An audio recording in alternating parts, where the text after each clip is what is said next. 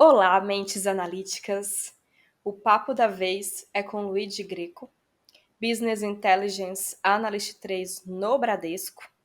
O Luigi, ele atua na área de dados desde 2018, inclusive trabalhamos juntos em uma consultoria de Data Services, resolvemos vários perrengues juntos. Além disso, ele também atuou na BASF como analista de informações gerenciais sênior antes de entrar no banco. E hoje ele vai nos apresentar, né, nos mostrar como clusterizar ali a carteira de clientes, seja no banco, seja em outro ambiente, mas principalmente focando nessa área financeira, que é a área que ele tem se especializado e conhece bem. Di, muito obrigada por aceitar o convite de falar aqui na Mente Analítica. Fico muito feliz por você topar esse convite. Eu sei que você é uma pessoa ali low profile, mas é muito inteligente, ele formado na Poli, também foi campeão estadual de xadrez, e eu sei que você tem muita informação bacana para compartilhar sobre dados e marketing e tudo mais. Bem, assim você coloca pressão. Vou ficar com vergonha aqui, mas eu tive sorte de ter gente boa para ensinar, um pouco de imprudência para aceitar algumas coisas, mas isso aqui é um pouco de passado, né? Vamos falar de hoje para o futuro, que é mais divertido. Bora lá. Di, deixa eu te perguntar sobre o que é importante avaliar antes de fazer uma clusterização de clientes para a área financeira. Bem, vamos lá. Aqui, vamos contar um pouquinho mais do cenário primeiro, começar a contar as coisas. Hoje, é muito fácil abrir conta em banco, ter vários bancos. Eu, por exemplo, tenho 11 contas. Fora corretora, outras coisinhas, é bastante coisa. Então, hoje, já tem-se, por assim dizer, o entendimento nos bancos como um todo, de que a gente tem que estar presente na carteira dos bancos, na carteira, desculpa, das pessoas, e cada vez mais a gente ser um dos bancos do cotidiano. Porque mesmo que você tenha vários, você acaba concentrando dois, três. E se você pensar nos nossos pais, ou até nos nossos avós, a pessoa casava com o banco, né? Então, hoje a coisa é muito mais dinâmica, você tem uma oferta melhor de produtos, então é diferente. E aqui, acho que a gente vai fazer um recorte também, que a clusterização que eu vou falar hoje, ela é principalmente voltada para o marketing, voltada para marketing de performance, que, por quê? Os bancos são grandes conglomerados, mesmo os bancos digitais, que são menorzinhos, eles são bastante grandes, e cada área do banco olha para o usuário, para o cliente de uma forma diferente. Então, aqui eu vou estar muito focado no marketing, captação, pensando em oferecer produtos, fazer as pessoas terem melhores jornadas, itens nessa linha, mas a gente poderia pensar em outras áreas que clusterizam o cliente, como por exemplo a área financeira, que clusteriza as pessoas com base na capacidade de pagamento de empréstimos, avaliando se as pessoas vão dar calote ou não, essa é a verdade, que faz parte das regras do próprio Banco Central, o Bacen, e isso mede a saúde financeira do banco, uma série de critérios. Então aqui eu estou voltado bastante para o marketing, onde a gente tem mais agilidade um pouco de trabalhar. Nesse caso específico, eu vou falar um pouquinho mais de clusterização voltada para abrir conta, que aqui é uma grande dificuldade, né? Porque afinal, se a gente precisa estar presente na carteira do cliente como um banco elegível, ele tem que ter conta com a gente, porque senão, entre abrir conta, olhar, às vezes a gente perde a oportunidade. Então a gente precisa estar lá e ser um elegível. Então aqui, vou falar uma característica de interesse aqui, que os bancos procuram olhar, que são as pessoas com características ativas. Então, movimenta a conta, tem dinheiro, faz transferência, qualquer coisa nesse sentido. E pessoas que são chamadas de inativas, ou em alguns casos até não rentáveis, em que você tem uma conta aberta, mas ninguém não tem movimento, não tem dinheiro, assim, ela só está lá. Era praticamente uma conta fantasma. Então, dado esse contexto que é bastante amplo, para mim, os dois principais itens, talvez, mais importantes quando você pensa em clusterização, é entender o contexto da sua indústria, seja ela qual for. Aqui você viu o tempo que eu gastei só para falar do contexto da indústria bancária. Você tem que entender bem esse contexto. E entender para também, acho que é a segunda parte aqui, pensando em dados, que é quando a gente vai ter os dados disponíveis e qual que é a qualidade desses dados. Por quê? Se a gente pensar aqui em dados de abertura de conta, a gente tem, quando o cliente está abrindo a conta, fazendo a solicitação, eu tenho dado em D0, eu posso ter até o dado quase em real time, dependendo da ferramenta que a gente usar. Eu vou ter dado em D1, que são os dados já de Google Analytics, esse tipo de coisa. Mas todos os bancos eles têm um tempo para abrir conta. Aí varia, às vezes o banco abre no mesmo dia, 2 dias, 3, 7 dias, 7 dias úteis, varia. E então eu preciso ter certeza da qualidade desses dados e quando eles vão estar disponíveis para mim. Isso vai fazer bastante diferença na hora que eu for clusterizar, pensar em modelos, porque eu posso usar o dado em D0 e o que eu ganho de dado em D7 em relação a isso? Qual é a minha assertividade nessa característica de ter o cliente ativo? A priori, eu não sei. Então a gente trabalha com fazer modelos para, por assim dizer, prever em D0, prever em D1, até prever em D7. E ver todo esse trânsito de quanto se melhora de modelos, para ser bem exato, porque a gente tem vários métodos estatísticos para usar, para poder brincar. Então, cada um vai dar um nível de resposta, e aí cabe uma decisão de projeto, ou mesmo de conhecimento estatístico de muita discussão, sentar, vamos cruzar modelo, vamos fazer as regras, quais regras de cruzamento de modelo, ou vamos, não, os dois modelos, vamos supor que tem dois, tem que dar a mesma resposta para considerar que não falso positivo ou falso negativo. Então tem todas essas questões que depende muito do alinhamento do time para entender, para acontecer. E falando um pouquinho mais dos dados, a gente não tem dados só. Na hora que você está fazendo a solicitação, você tem muitos dados cadastrais, por assim dizer, que vão estar na base do banco, as bases protegidas do banco. Mas a gente também vai ter outros dados que a gente consegue de outras formas. Por exemplo, um bureau de crédito, que vai te dar uma classificação. Dá um exemplo aqui bem simples, como o cadastro positivo do Serasa, como o Open Finance no futuro, que vai trazer muita informação, que traz o teu histórico, traz a sua vida para onde você está abrindo conta, e isso vai facilitar muito para os clientes, principalmente, porque você ganha. Se ele souber que você é um bom pagador num banco qualquer, provavelmente se você trocar de banco, você também vai ser um bom pagador, porque essa característica é sua. Então acaba que os bancos vão ganhar mais agilidade e vão poder propiciar ofertas melhores também. Não é fazendo propaganda aqui, mas é o futuro que a gente espera, né? Taxas melhores para todo mundo e maior giro de crédito, que é o que importa para a economia e importa para os bancos, né?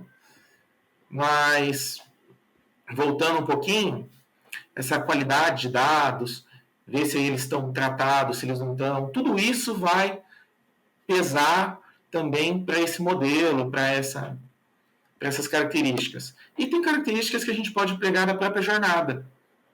Por exemplo, hoje os processos de abertura são bastante, se você for pensar a rigor, ele é uma área de cadastro, como qualquer ICOM, por exemplo, só que você pede mais dados, como renda financeira, se você tem algum tipo de imóvel, patrimônio, que isso também ajuda a compor, mas eu tenho dados de comportamento, e que podem ser usados inclusive por outras áreas do banco, como a área de UX.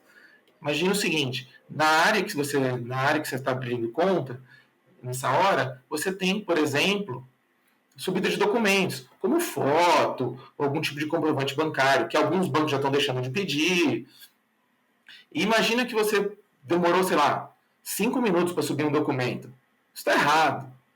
Isso prejudica a jornada, prejudica a experiência, prejudica uma série de coisas que a área de UX tem que saber. E esse tempo que a pessoa levou, esse tipo de dificuldade, também pode ser incorporado no meu modelo. Porque isso pode me indicar que a pessoa é mais velha, mais nova, tem mais familiaridade com tecnologia. Isso pode me indicar que, eventualmente, campanhas digitais focadas, por exemplo, em app, que hoje está em alta, são campanhas piores para esse tipo de pessoa, que é melhor, às vezes, eu tentar via URA ou via próprio contato do gerente, seja o telefone, seja dentro do aplicativo. Então, a gente tem uma série de possibilidades aqui. A gente pode pensar em e-mail, push. Então, aqui é mar aberto, né, as ideias. E todas essas características somam para diversas áreas do banco, não é para uma só. Então, acho que eu estendi aqui um pouquinho do que é importante nessa clusterização, mas aqui é disponibilidade de dado e entender o contexto inteiro que você está olhando para poder ter variedade de ferramentas para poder ajudar todo mundo. Né? A gente aponta no marketing, mas no fim do dia, todo mundo acaba trabalhando com um fim comum. Né? É isso. Com certeza, Di. Você pontuou questões muito importantes, né, que a gente sempre comenta aqui sobre entender o contexto, né, o mercado em que você está inserido. Você falou na importância de avaliar a qualidade dos dados, e aí até se você conseguir falar muito brevemente sobre que etapas você normalmente utiliza para checar esses dados, você consegue falar um pouquinho? Aqui eu estou mais numa ponta mais proximidade do negócio, né? Então, entender muito bem os produtos, entender como funciona. Mas, basicamente, pensando num pipeline grande de dados, a gente tem coleta de dados, que a gente tem um rigor absurdo, porque dado coletado errado implica em dado transformado errado no futuro. Assim como importante também, um rigor que a gente mantém quando a gente tem, por exemplo, um facelift, muda uma jornada, guardar o histórico, entender como mudou, o que mudou, porque um cliente que hoje está abrindo conta é diferente do cliente que abriu conta há 2 anos. Eles têm jornadas diferentes, mas talvez os comportamentos não. Então precisa entender essas mudanças muito bem, então tem esse lado de rigor dessa coleta. Tem a área de tratamento, que aí a gente varia bastante. A gente tem um time de engenharia focado no marketing para isso, mas nesse caso, varia bastante do como você quer tratar esse dado. Eu quero temporal, eu quero deduplicar eu quero só saber a quantidade de usuários. Aí depende muito do que eu vou tratar no dado, qual a especificação que a gente vai fazer como entendedor do negócio, né, e como entendedor de dados. E no fim do dia a gente acaba pensando em clusterização aqui em modelo, praticamente empilhando todos esses dados bem tratados em colunas e aí servindo para as diversas ferramentas estatísticas que a gente usa, os modelos que a gente já trabalha, mas de forma bastante resumida é isso. E tem uma ponta, lógico, que é apurar resultado, que aí tem outro foco, que é bem mais... A gente tem um foco tanto exploratório dele, que eu também trabalho, que é ver o que está funcionando, o que não está das ações de marketing, como uma coisa mais executiva, que é gerente, superintendente, uma coisa mais vice-presidência, que aí é mais simples, mas só para mostrar resultado mesmo. Perfeito. Agora, vem cá, você falou que contém 11, até 11 bancos, eu não consigo nem 11. citar 11 bancos. Eu preciso olhar, porque eu não sei de cabeça, mas eu tenho 11. Para dar um exemplo de banco que pouca gente conhece. Daicoval, velho, esse é velho. Indústrias Nossa, Daicoval ainda. Eu tenho no Votorantim, o Banco Votorantim. nossa. Nem sabia Não que tinha tem. banco. Então, outros bancos. O Banco ABC também é velho, bastante antigo. Então tem só 3 fora do radar. E não tem o Nubank. Então, daria para ter mais um já. Olha só. Muito curioso. E de quais etapas que compõem essa clusterização de clientes para os bancos? Bem, aqui eu acho que a etapa mais difícil e também mais importante é fazer a pergunta certa. É você definir qual é a pergunta que você quer responder, porque no fim do dia, se você estiver fazendo a pergunta errada, você vai ter respostas erradas. Então, aqui, vamos pensar aqui de forma rápida. Se eu perguntar para o modelo estatístico qual é a rentabilidade que o meu usuário vai dar, ele vai errar. Eu já sei que ele vai errar. Porque você definir rentabilidade do usuário depende de muitas variáveis. De forma simples, a rentabilidade é o quanto eu tive de spread sobre uma formação de crédito, ou quanto eu te cobrei de taxa, né, o spread, e menos o que você pagou de verdade. Porque se você me der o calote, o meu spread vai embora. Então, hoje, a gente, por exemplo, vamos continuar assim, né? Hoje temos emprego, mas amanhã não sabemos. Então, se a tua situação de vida mudar no longo do empréstimo, porque a gente tem empréstimos, por exemplo, não de empréstimo, créditos financeiros de qualquer forma, mais curtos, por exemplo, um rotativo de cartão, um cheque especial, que são coisas curtas, que eu espero que ninguém precise usar, mas às vezes acontece, como coisas longas, financiamento imobiliário. Você faz financiamento para 30 anos. 30 anos é muito tempo, dá para mudar muita coisa na nossa vida. A gente está na área de dados, 5 anos atrás para hoje, já mudou tudo. Então imagina mais 20 para frente, por exemplo. Então é inimaginável o que vai acontecer. Então tem essa por exemplo, uma pergunta errada. Perguntar se o cliente, qual vai ser a rentabilidade numérica de um cliente exato. Mas se eu perguntar, se eu fizer uma pergunta para pensar num modelo com a seguinte pergunta: esse usuário, existe a possibilidade dele contratar um produto financeiro comigo? Qual é essa probabilidade? Qual é o dinheiro que eu posso investir em mídia, por exemplo, que vai me reverter em lucratividade, que ainda vai pagar o meu spread ou no mínimo vai aumentar o meu ROI do banco, a minha rentabilidade total sobre o que eu tenho investido. Então, essas perguntas são mais complexas e a gente precisa quebrar em perguntas mais simples. Então, eu acho que, para mim, esse é o mais difícil. É o mais difícil e mais importante. Sem dúvida nenhuma. Mas, não se resume só a fazer a pergunta certa, né? Que é dificílimo. Mas também entender outras coisas. Por exemplo, investigar os dados é importante. Verificar inconsistências. Porque apesar de eu já ter falado que a gente se preocupa muito em tratar, vocês têm que se preocupar em tratar muito bem esses dados. Verificar se eu posso fazer algum tipo de substituição, se eu tenho dado nulo, se, por exemplo, um dado que tem uma característica específica, por exemplo, sei lá, segmento do banco.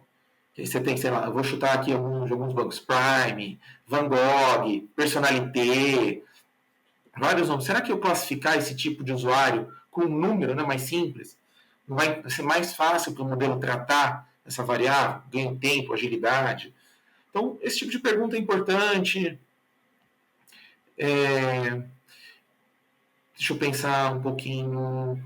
Agrupar dados, os tratados, entender a interdependência deles. Por exemplo, eu tenho alguns dados financeiros da pessoa. O quanto eles já estão combinados? Como eu citei, por exemplo, o cadastro positivo que o Serasa tem. O quanto isso já tem de informação agrupada que eu posso estar duplicando e dando pouca eficiência para o modelo. Então, isso também é um item importante.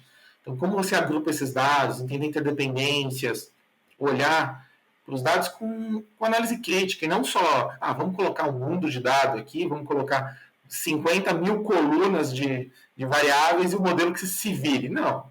Eu preciso também entender esse parte desse processo interativo, né?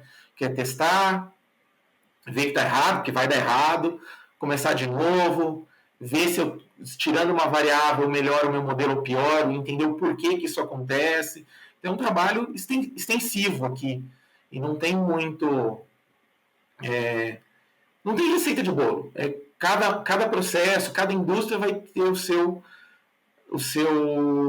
modo de agir, o modo de entender. E aqui, acho que também uma etapa importantíssima, aqui além desse processo iterativo, esses itens, é falar em validação do modelo. Porque, assim, como é que eu valido isso? Como é que eu garanto? Porque se eu estou olhando do usuário, por exemplo, daqui para frente, ele está abrindo conta hoje, eu sei muito pouco dele. Essa é a gracinha. Eu posso usar o histórico, eu posso usar o passado. Eu já tive clientes que abriram conta. Se eu usar as informações que eu tinha disponíveis deles na época e classificá-los com base nos modelos que eu tenho hoje, por isso da importância que eu falei de manter histórico, manter o traqueamento, saber o que mudou, justamente para saber o que eu ganhei a mais de dado, que eu perdi. Eventualmente eu vou ter que modelar um dado no caminho, isso pode acontecer, tem que fazer um modelo para participar de dado do modelo, isso acontece. Então, usar esse passado para classificar e olhar hoje como esse usuário está. Ah, esse usuário que entrou tinha característica de movimentação de conta que eu esperava? Tinha. Bom, então meu modelo está acertando. Então, eu olhando esse passado, se você vai usar dados de contas abertas 6 meses atrás, 12, 18, 24, aí vai depender muito da dinâmica. A gente no banco, a gente é mais conservador um pouquinho, então a gente olha uma janela entre 12 e 24 meses do que de movimentação do usuário para ir atualizando ele, porque afinal, né, a vida é dinâmica, então as coisas mudam. Então, nisso, é validar esses dados, olhar o passado, e você começa a montar essa assertividade do modelo. Ah, se perguntar para mim qual que é o número bom de assertividade, olha, eu sou chato, eu gosto de 0,9, 0,95, pensando de 0 a 1, né? Para começar a conversa. Mas na vida real isso é difícil. Às vezes um 0,7, 0,8. Num único modelo te entrega bem, porque usando com outro, eu acabo a probabilidade de eu estar certo pode continuar pequena, mas a probabilidade de eu estar errado vai ser cada vez menor. Isso também importa, que é a parte de cruzamento de dados. E depois de tudo isso, aí a gente fala, ah, beleza, né? Então eu me preocupei com um monte de passo aqui para clusterizar, só que como é que eu rodo isso aqui? Eu vou ter que mandar o analista rodar? Vou montar um data center para rodar esse negócio? Não, né? Eu preciso disso mais rápido. Então aí usar a ferramenta em cloud, que foi o que a gente usou, preferiu, porque aí você consegue escalar muito rápido. Você consegue fazer, projetar chamadas do tipo, eu vou rodar vamos supor que aqui eu vou rodar em D0, tudo em D0. Beleza, qual é a velocidade que o usuário está abrindo conta ao longo do meu dia e eu estou classificando esse pessoal? Vou fazer isso de hora em hora, de 5 em 5 horas, 6 em 6. Vou fazer só no outro dia, fazer a batelada do dia inteiro. Isso é uma decisão de projeto. Isso implica em custos diferentes, tempo de respostas diferentes.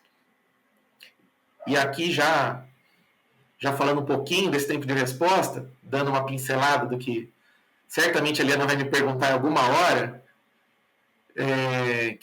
para que eu preciso dessa clusterização, fazer isso no marketing na ponta? Simples. Eu preciso melhorar a performance da minha ferramenta de mídia, né? Se eu focar em usuários que tendem a ser ativos, tanto melhor para o banco.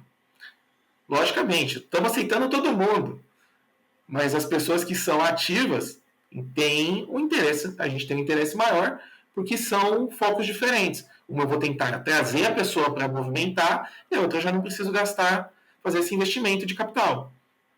Então eu já consigo fazer, só pensando na abertura, eu já estou diferenciando as pessoas em campanhas pós-abertura.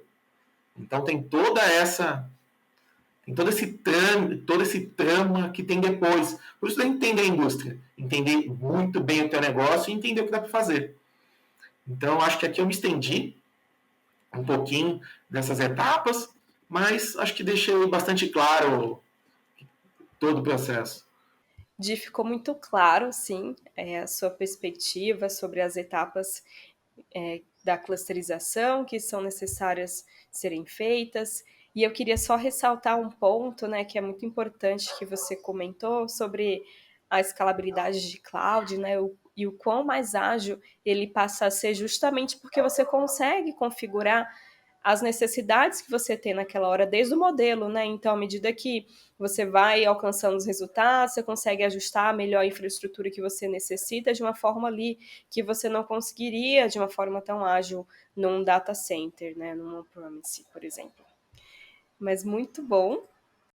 É importante, desculpa te interromper aqui, mas é importante que eu já estava esquecendo. Depois que a gente implementa, tem que monitorar, né? Tem que ver se está funcionando, tem que continuar verificando o resultado, ver se a gente precisa atualizar as variáveis de modelo, se tem métodos estatísticos que a gente pode mais avançados para trabalhar. Então, depois que está do zero, deixa de ser projeto e vira vida nova, né? Começa a virar operação e está todo dia olhando aquilo. Isso é importante também. Estava pensando aqui até a clusterização, mas tem o depois, né? Que a galera esquece de falar. E esse depois, ele é não só monitorar se os resultados estão coerentes ou não, mas evoluir, né? As Exato, situações, os comportamentos evoluem e a gente precisa estar atento a essas questões também. exato. E aí, você falou das boas práticas, né, que você recomenda, das etapas que precisam ser feitas, mas a gente sabe que a gente também aprende bastante com os nossos erros, e alguns deles são bem comuns nesses processos, né? Você conseguiria citar esses erros mais comuns ao fazer esse tipo de análise e pontuar como evitá-los? Bem, aqui eu acho que eu não vou poder ajudar muito, não. Porque pode parecer contrassenso, mas pelo que eu já vi, é melhor não evitar os erros. Por quê? Porque toda vez que você erra, você acaba aprendendo alguma coisa nesse processo. Você acaba aprendendo uma coisa que você pode fazer, uma coisa que você não pode fazer. E como depende de cada contexto da sua indústria, é importante você entender. Não é só evitar o erro, mas por que, que eu não posso cometer esse erro? Então, não é só entender, mas também documentar. Aqui também isso é importante, do mesmo jeito que a gente faz teste AB, pensando em performance, em CRO, que está tão em alta, a gente faz erra-se pequeno e rápido e aprende-se muita coisa, aqui também é importante errar. Eu acho que aqui não vou falar muito de alguns erros que são inerentes ao próprio processo de teste, mas eu acho que vale a pena tomar muito cuidado com vieses. A gente acha que o usuário faz de uma coisa, acha que ele faz de outra. Aqui a gente tem que ser bastante agnóstico. Assim, eu não vou supor que o usuário faz. Eu posso fazer hipóteses e vou testá-las. E aí faz parte o erro. Eu preciso errar nas minhas hipóteses para achar um caminho. Então, ótimo se a gente tiver um time qualificado que acerta tudo. Mas isso não vai acontecer. Então, aqui acho que o melhor é errar mesmo. A gente erra e aprende com o processo e vai caminhando. Afinal, estatística é probabilidade, então o erro vai fazer bastante parte desse processo. Perfeito, Di. E que dicas você daria para quem quer entrar na área e atuar com esse tipo de análise? Eu acho que boa sorte. Não tem outra. Não, brincadeira à parte. Não tem, assim, não tem atalho. Isso aqui é um caminho tortuoso, mas eu acho que para a gente o que fez diferença foram 4 fatores combinados: sorte, sorte, sorte, sorte. Brincadeira, brincadeira. Falar sério, falar sério. Mente aberta para entender as complexidades ou as microcomplexidades do negócio e do tema. Tem muita coisa. Você pensar se você vai usar o modelo de reinforcement, caminhos, combinar, clusterizar, como você trata o dado, tem muita microcomplexidade. Os dados mudam ao longo do tempo. A gente costuma. É normal as indústrias e as pessoas trocarem. Então você perde a rastreabilidade, você perde o que foi feito. Ninguém lembra o que foi feito 2 anos atrás. Muita coisa. Então, todas essas microcomplexidades que são inerentes ao tema. E mente aberta, porque assim, você não pode julgar o usuário. Isso é importantíssimo. Então, isso só o item 1. Já é complicado. O item 2, a gente precisa de pessoa capacitada, não tem milagre aqui. Seja ela com estatística, seja com coleta, tratamento, entendimento do negócio, e principalmente pessoas que naveguem nesses temas, sobre vários desses temas. Aqui não é você ter o cara que é crânio em engenharia de dados. Esse cara não vai fazer chover sozinho. Ele vai precisar de ajuda para entender o negócio. Ele pode fazer a mágica dele, mas ele precisa que alguém especifique como é que ele precisa fazer a mágica. Então, Isso é importantíssimo também. Terceiro ponto, alinhamento. Alinhamento é tudo nessa época. Os projetos de clusterização são longos. Se alguém falar que vai fazer isso em 6 meses, eu estou pagando para ver. Porque demora. O processo de aprendizagem, de saber onde estão as coisas, saber que dados você vai conseguir usar melhor ou pior. Então, muito alinhamento em todas as pessoas, e não só no nível de projeto, mas como para a liderança também. Porque eles não estão vendo o dia a dia. Não importa que. Porque lembra que eu falei que é importante errar? Essa cultura de erro, por mais que a gente fale que em dados ela está disseminada, que a galera está acostumada, no fim do dia, não tá. E assim, você precisa errar aqui nesse processo. Então tá todo mundo tem que estar muito alinhado, as expectativas alinhadas. Olha, o meu modelo primeiro vai ser tão bom quanto jogar uma moeda para cima. E tudo bem, não tem problema. O que importa é que as coisas vão caminhando. Você vai chegando, você sai de 0,5 para 0,6, 0,7. Aí você fala, 0,7 tá legal aqui. Não sei se eu vou conseguir tirar mais leite de pedra. Vou tentar outro.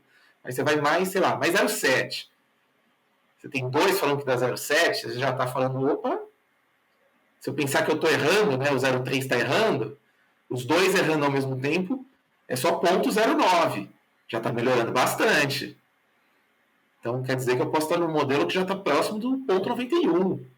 Pensando em 2 aqui. Então se eu for juntando mais coisas, eu vou melhorando a redundância.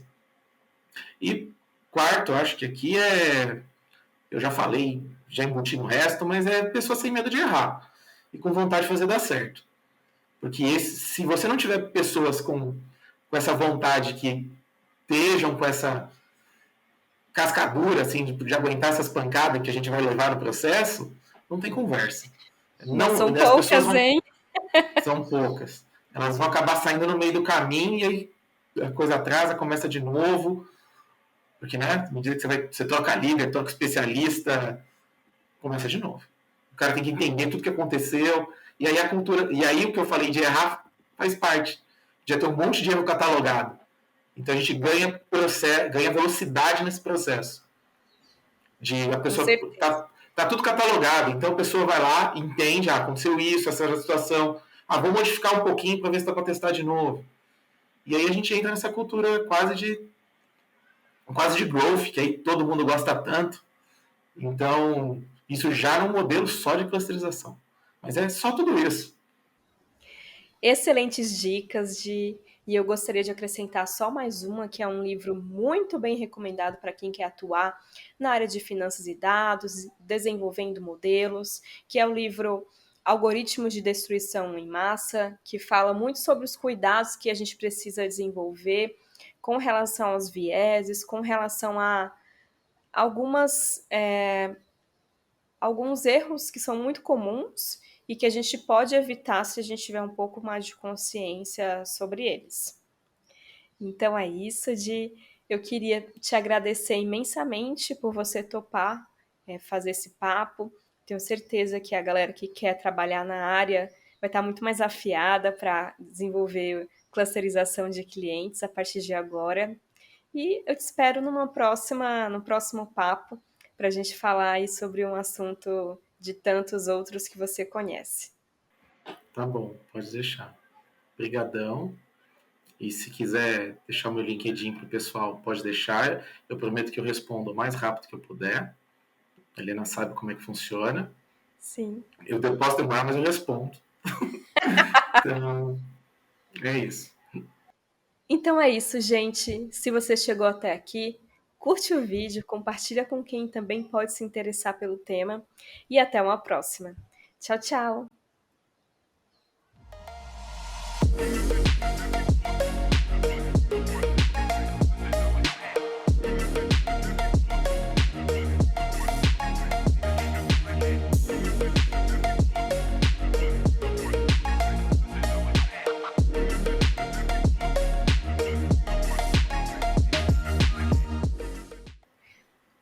Bancos é muita coisa, não?